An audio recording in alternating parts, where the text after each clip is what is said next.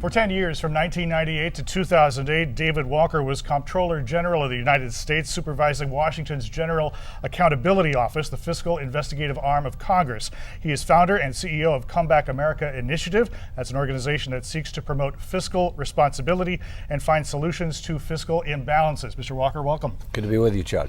$14.9 trillion is a very daunting figure to start. How do we address that? Well, first we have to slow the rate of increase, and then ultimately what we need to do is to make sure that we can get debt as a percentage of the economy down to a more reasonable and sustainable level. And that means that we're going to have to reimpose budget controls. We're going to have to reduce defense and other spending without compromising national security. We're going to have to reform Social Security, Medicare, and Medicaid. And we're going to have to engage in comprehensive tax reform that, among other things, will generate more revenues. All of those things, and we need to get started soon because we're not going to do them all at once. I get a sinking feeling that we're not even going to begin to address this until after the 2012 elections. No, I believe that we've got this so-called super committee.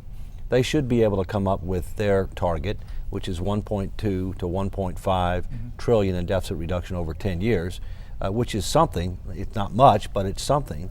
And I'm hoping that they might be able to also lay out a process that would extend the special approach that they're taking so that we might be able to get much larger reductions maybe in 2013. I don't think we're going to get major tax reform and major entitlement reform until after the 2012 election.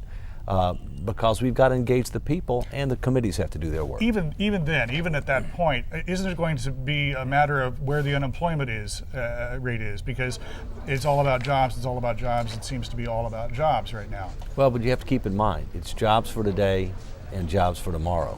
And while I think there are things that we can and should do to try to help prevent a double dip recession and to try to deal with unemployment, if we don't put our finances in order, then we're going to have a much bigger problem from an economic standpoint. We're going to have a much bigger problem from the standpoint of jobs in the future. And so we need to recognize we need to make progress on both, not one or the other. It's both. You mentioned earlier the budgetary statutes that expired in 2002 and how everything started going, skyrocketing after that point. Weren't those implemented during relatively good economic times, and won't it take relatively good economic times before we can reintroduce those? No, actually not. They were implemented in the early 90s, and that was a somewhat challenging period. But basically you had George Herbert Walker Bush, 41, and William Jefferson Clinton did three things in common.